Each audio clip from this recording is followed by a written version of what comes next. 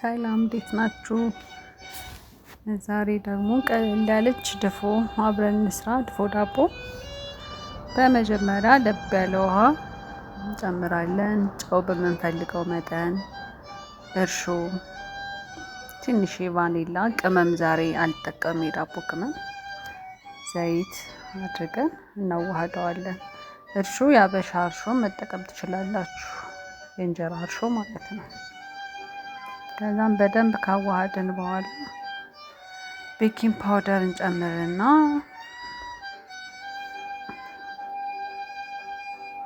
ከዛን ዱቄታችንን እንጨምራለን። የነጭ ዱቄት ነው ዛሬ የማዘጋጀው። ዱቄቱን በምንፈልገው መጠን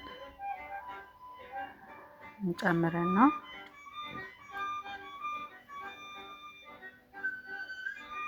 ከዛም በደንብ እናሸዋለን። ቆንጆ እንዲሆንልን በደንብ እናሸዋለን። እኔ በኦቭን ስለሆነ የምጋግረው ላላ ነው የማደርገው። ሊጡን ትንሽ ላላ አደርገዋለሁ በደንብ እንዲነሳልኝ ስጋግረው።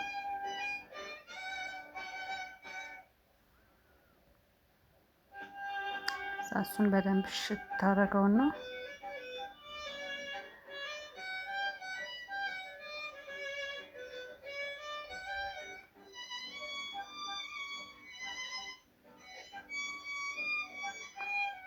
ተለቅ ባለ እቃ ስለሆነ ያቦካሁት አንዴ ኩፍ እንዳለልኝ ነው የምጋግረው። በደንብ ይነሳል እቃው ትልቅ ስለሆነ።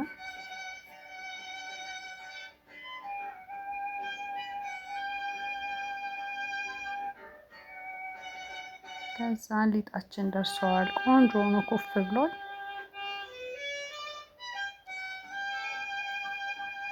ሊጡን በደንብ ከመለስን በኋላ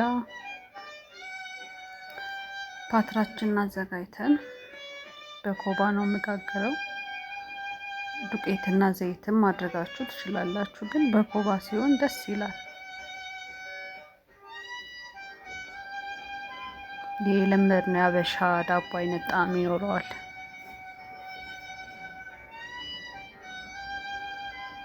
ኮባችንን ካዘጋጀን በኋላ ሊጡን ኮባው ላይ እናደርጋለን።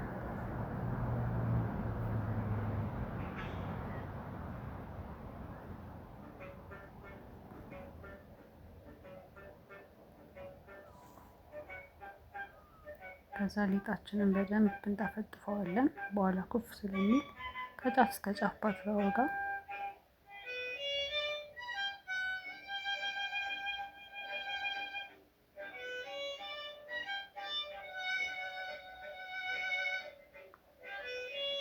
ከዛ ኮባችንን ከላይ በደንብ እንሸፍነዋለን። ፓትራውን ከላይም ከታችም ስለምናበራው ሙቀቱ እንዲመጣጠንልን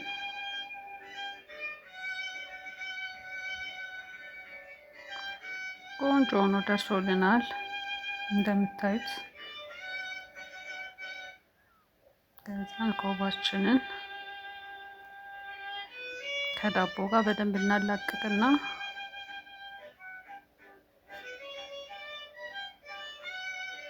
ይህን የመሰለ ቆንጆ ድፎ ዳቦ አዘጋጀን ማለት ነው።